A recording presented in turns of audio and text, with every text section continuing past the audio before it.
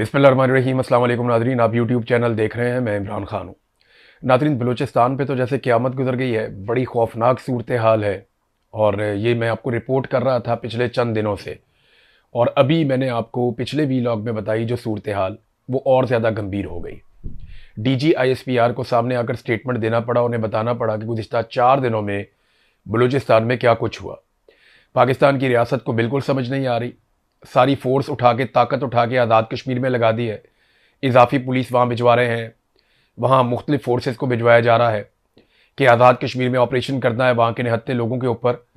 लेकिन दूसरी जानिब बलूचिस्तान के अंदर जो सूरत हाल बहुत ख़राब है, वहाँ मदद नहीं दी जा रही।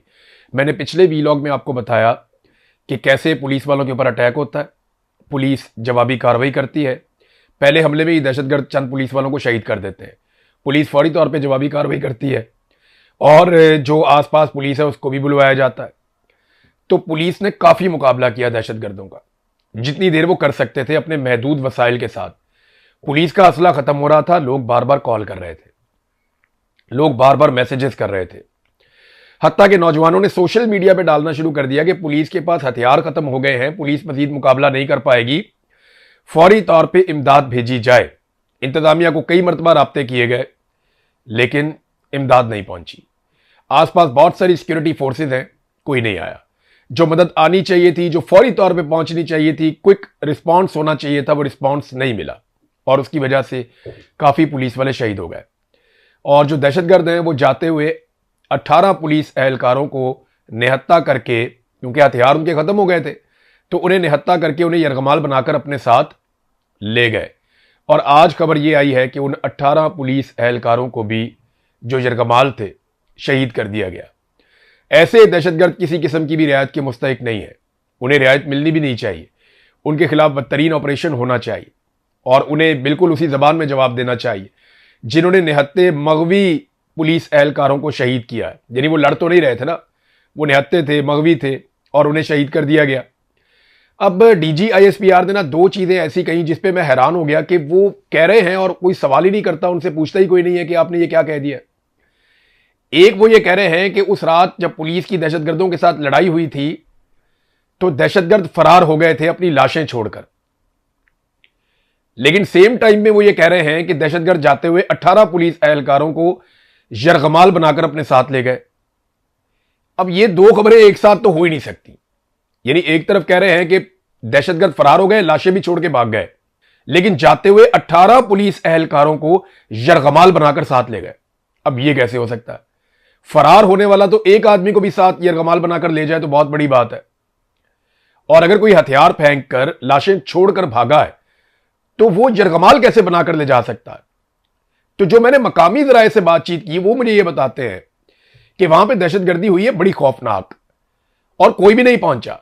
दहशतगर्दों ने पुलिस वालों का सफाया किया और उनके ऊपर बहुत बुरा कत्लेआम किया, और फिर बाकी पुलिस वाले जो वहां मौजूद थे, जब उनका एमुनिशन खत्म हो गया तो उन्हें घेर लिया, और घेर कर उन्हें साथ लेकर चले गए यरगमाल बनाकर। ये वो कार्रवाई हुई है जब वहां कोई मदद नहीं पहुंची, कोई सरकारी कुमक नहीं पहुंची। इजाफी कुमक जो है वो कश्मीर में तो फटाफट पहुंच जाती है, इलेक्शन में धांधली कर दी हो तो फटाफट पहुंच जाती है, इमरान खान के खिलाफ कार्रवाई करनी हो तो फौरन इजाफी कुमक मौजूद होती है। अगर आज पाकिस्तान तहरीक इंसाफ का कोई एक बंदा जलसा अनाउंस कर देना उस इलाके में जहां पे ये दहशतगर्दी हुई है, तो फटाफट इजाफी कुमक पहुंच जाएगी, हर तरफ से आ जाएंगे निकलकर। लेकिन जब पुलिस वाले वहां पे शहीद हो रहे थे, निहत्ते हो रहे थे, उस वक्त इजाफी कुमक नहीं पहुंची। ये शिकवा बार बार इलाके के लोग कर रहे हैं। फिर वो यरगमालों को ले गए बनाकर साथ अपने 18 लोगों को, और उनको शहीद कर दिया। इससे बड़ा जुर्म कोई और हो नहीं सकता। रियासत की जिम्मेदारी है कि उन्हें निशाने इबरत बनाया जाए। फिर एक और दहशतगर्दी का वाकया होता है। 27 पुलिस एहलकार यहां पे जाम बहक हो गए।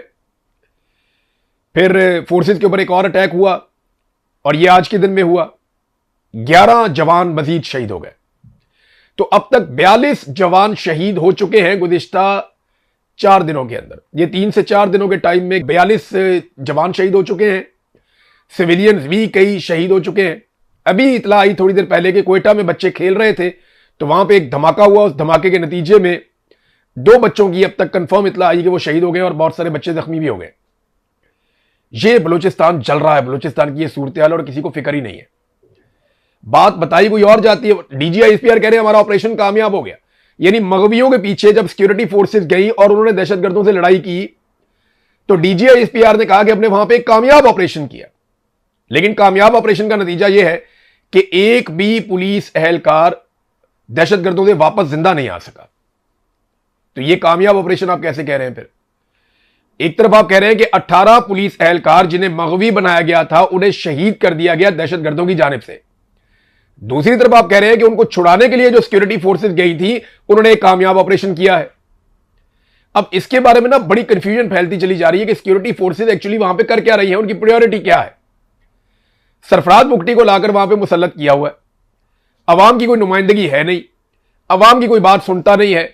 मकामी लोग चिल्ला चिल्ला कर मर जाते हैं कि इस जगह पे दहशतगर्द आए, इस जगह पे दहशतगर्द आए। वहां सिक्योरिटी फोर्सेस ऑपरेशन ही नहीं करती, वहां जाकर कार्रवाई नहीं करते। जो लोग निशानदेही करते हैं उनको उठा लिया जाता है, उनके साथ ज्यादती की जाती है। अब मैं आपको एक इलाका बताता हूं, ये जो लोग वहां रहते हैं वो कंफर्म कर सकते हैं कि अनावरक, जरगून और मांगी ये इलाके साथ साथ हैं। इनके बीच में जो पहाड़ियां हैं जो कोयटा के बहुत करीब है, वहां पे दहशतगर्द बहुत बड़ी तादाद में बैठे हुए हैं। और ये जो दहशतगर्द वहां पे बैठे हुए हैं मुसल्लह जत्थे हैं। इन्होंने अलग अलग अपनी एरियाज बनाए हुए, अपनी कमीनगाहें बनाई हुई हैं। और सिर्फ यहां पे दहशतगर्द नहीं है, याद रखिएगा इसी एरिया में सिक्योरिटी फोर्सेस की भारी नफरी भी तैनात है, भारी भरकम हथियारों के साथ। तो सिक्योरिटी फोर्सेस भी वहां पे बहुत तगड़ी हैं और दहशतगर्द भी वहां पे तगड़े होते चले जा रहे हैं, चाहे वो बीएलए है चाहे वो टीटीपी है। तो ये बहुत बड़ी तादाद में है। मकामी लोग कह रहे हैं कि ये कैसे मुमकिन है कि वो पुलिस के ऊपर आकर अटैक करते हैं। और पुलिस क्या कह रही है, मुझे एक पुलिस वाले हैं दोस्त, मैं उसका नाम नहीं ले सकता, उसके लिए बहुत प्रॉब्लम हो जाएगा, सीनियर ऑफिसर है, उसने मुझे राब्ता किया। उसने कहा जी पुलिस में बहुत बड़ी मायूसी फैल रही है बलूचिस्तान में। पुलिस ये कहती है कि हमें फ्रंट लाइन पे लड़ने के लिए रखा हुआ है, हम मुकाबला करते हैं, हमारी मदद नहीं आती और हमारी लाशों को ओन भी नहीं किया जाता बाज़ औक़ात, और हमें अकेला भी छोड़ दिया जाता है मरने के लिए। तो ये क्या सूरत हाल बन गई है। और देखें जो लोग शहीद हुए ना वहां पे, याद रखिएगा ये बलूचिस्तान के बच्चे हैं। जितने लोग यूनिफॉर्म में शहीद हुए ये बलूचिस्तान के बच्चे थे। कोई पश्तून है बेचारा, कोई बलोच है। और ये डीजी आईएसपीआर ने खुद कहा कि ये वहीं के रहने वाले हैं जो शहीद हो गए। आज एक फातह ख्वानी हो रही थी, वहां पे मेरे कुछ दोस्त गए, उन्होंने जाके फातह ख्वानी की, वहां जाकर बातचीत की। तो उन्होंने सबने शिकवा किया इस बात का कि अगर पीछे से ताजा कुमक पहुंच जाती या मजीद हथियार आ जाते तो ये लोग ना यरगमाल बनते और ना ये लोग शहीद होते। लेकिन मकामी जो पुलिस वाले हैं या जो सरकारी अफसरान हैं या एहलकार हैं, उनकी हिफाजत का कोई बंदोबस्त ही नहीं है और कोई मुकाबला करने के लिए आता भी नहीं। उस वक्त जिस वक्त वो अभी थोड़ा सा पहले ईद के दिनों में जो हुआ, वो तब से लेकर अब तक एहतजाज जारी है। 3 मुख्तलिफ जगहों पर बलूचिस्तान में इस वक्त धरने देकर आवाम बैठी हुई है और वो एहतजाज कर रहे हैं किसके खिलाफ? पाकिस्तान की सिक्योरिटी फोर्सेज और जो बलूचिस्तान की हुकूमत है उसके खिलाफ, कि हमारे साथ ज्यादती हो रही है, हमें तहफ़्फ़ुज़ नहीं दिया जाता। कभी उनके कंटेनर पकड़ के उन्हें आग लगा दी जाती है, कभी उनके बंदे अगवा कर लिए जाते हैं। अभी एक एसएचओ और कुछ पुलिस वाले पैसे देकर वापस आए हैं, बातचीत कर पैसे देकर वापस आए हैं।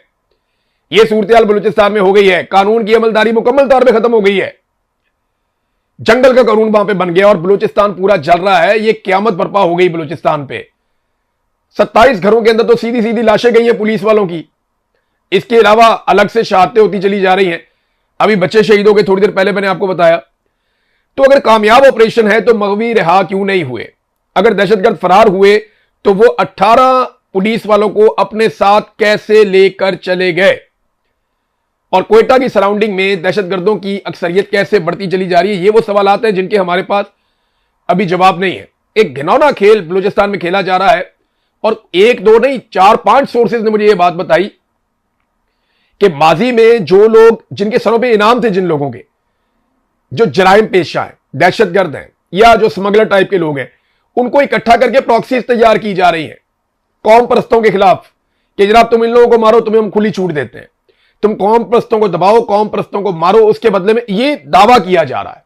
मेरे पास डायरेक्ट तुम्हें बलूचिस्तान में नहीं बैठा हुआ ना, लेकिन जो बलूचिस्तान में मेरे दोस्त हैं वो ये बताते हैं कि हम हैरान हो रहे हैं कि ऐसे लोग जिनके सरों के ऊपर इनाम था वो अब काफिले लेकर घूमते हैं, हथियारबंद होकर घूमते हैं और कौम परस्तों के खिलाफ तकारीर करते हैं और उन्हें लॉन्च किया जा रहा है कि जाके कौम परस्तों को मारो। भाई एक मलेशिया, एक ताकत या एक चीज को कंट्रोल करने के लिए आप दूसरी चीज क्रिएट करते हैं, वो मॉन्स्टर बन जाती है, फिर आप उसके साथ लड़ना शुरू हो जाते हैं, फिर आप तीसरी क्रिएट करते हैं कि हम दायरे में ऐसे ही घूमते रहेंगे हमेशा।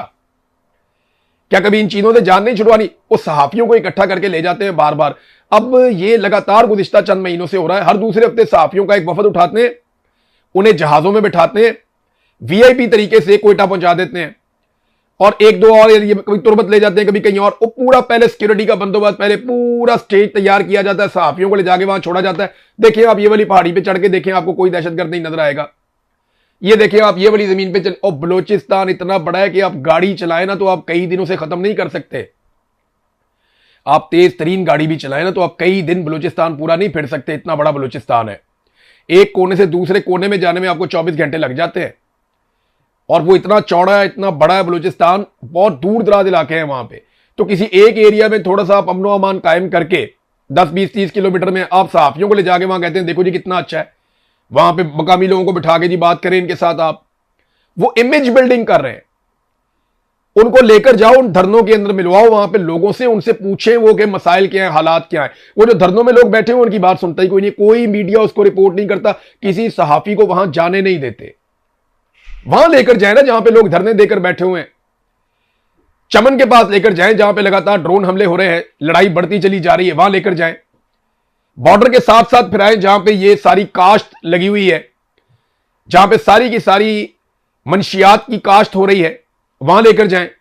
ब्राह्मचा की मंडी में लेकर जाएं जहां पे मंशियात की सबसे ज्यादा फैक्ट्रियां और पूरी दुनिया में मंशियात वहां से स्मगल होती है।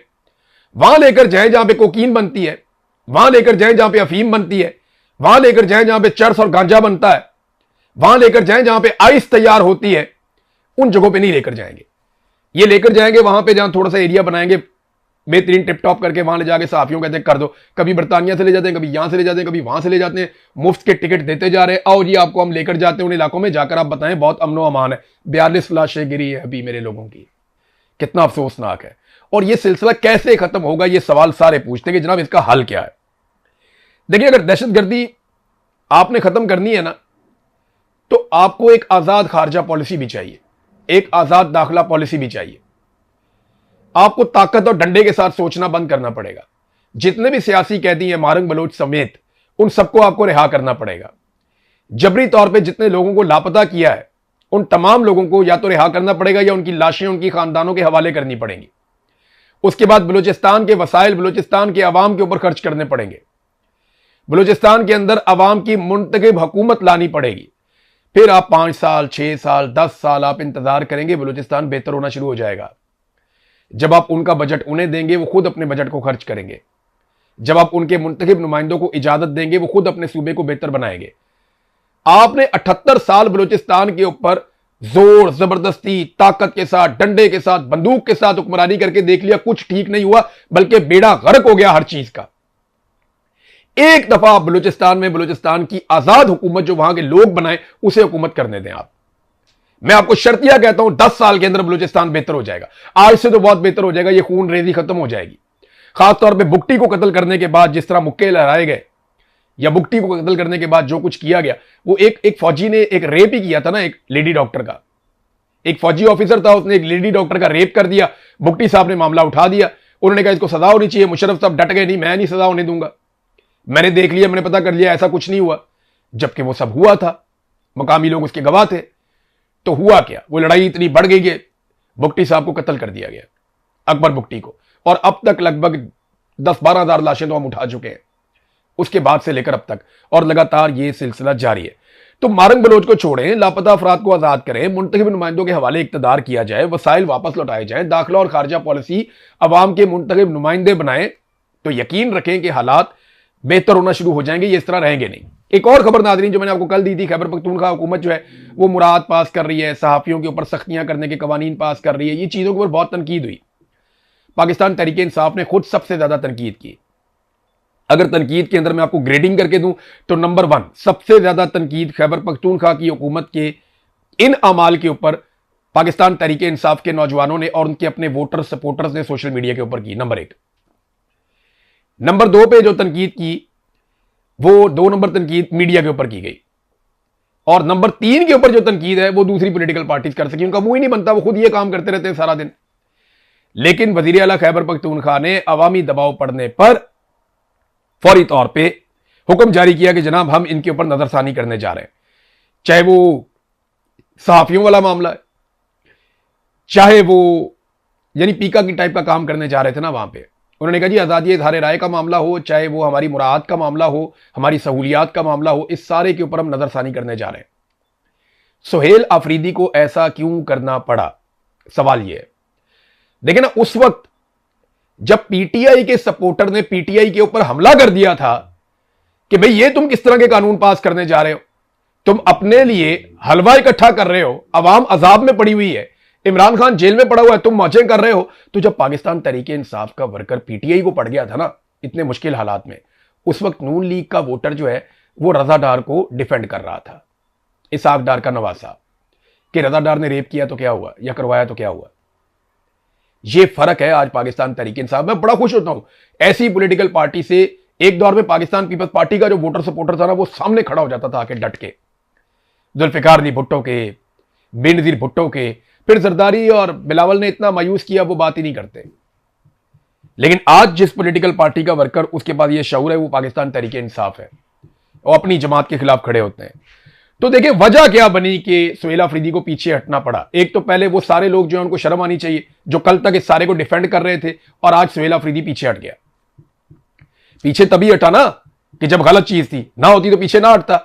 तो वो डिफेंड करने वालों को शर्म आनी चाहिए। नंबर 1, ये पाकिस्तान तहरीक इंसाफ ने अपना शऊर साबित किया है। नंबर 2, जब कोई हुकूमत अवाम के वोटों से आती है ना तो उसे इस बात की फिक्र रहती है कि अवाम नाराज ना हो जाए। जब आपकी हुकूमत बनेगी ना अवाम के वोटों से तो आपको फिक्र रहेगी कि यार अवाम नाराज होगी तो दोबारा वोट नहीं देगी। लेकिन जब आप बूटों के तस्मों के साथ लटक कर आएंगे तो फिर आप पता क्या कहते हैं, फिर आप कहते हैं जहाज की बात हुई है, लिया है भाई। फिर आप इस तरह की हरकत करेंगे टिल्ले मुंह के साथ कि भाई खरीदा है जहाज, जो होता है उखाड़ लो। फिर आप ये करते हैं। जब आप अवाम के वोटों से नहीं आए होते ना, बूटों के तस्मों के साथ लटक के जबान से पॉलिश कर करके आप इक्तदार में टिकटॉक बनाकर आ जाते हैं, फिर आपको कोई फिक्र नहीं होती कि अवाम क्या कह रही है। फिर आप कहते हैं खरीदा है भाई, जो उखाड़ना है उखाड़ लो। लेकिन जब आप अवाम के वोटों से आते हैं फिर आपको पीछे हटना पड़ता है, आपको अवाम की मंशा के मुताबिक फैसला करना पड़ता है। एक और चीज जो खैबर पख्तूनख्वा की पीटीआई हुकूमत ने साबित की कि ये लोग फाशिस्ट नहीं है।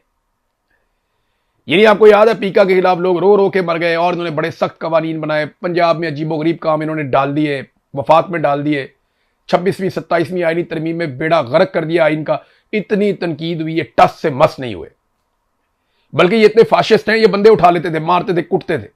लेकिन खैबर पख्तूनख्वा पीटीआई हुकूमत ने वो कम से कम नहीं किया। लेकिन जो इमरान खान ने कहा वो भी नहीं किया।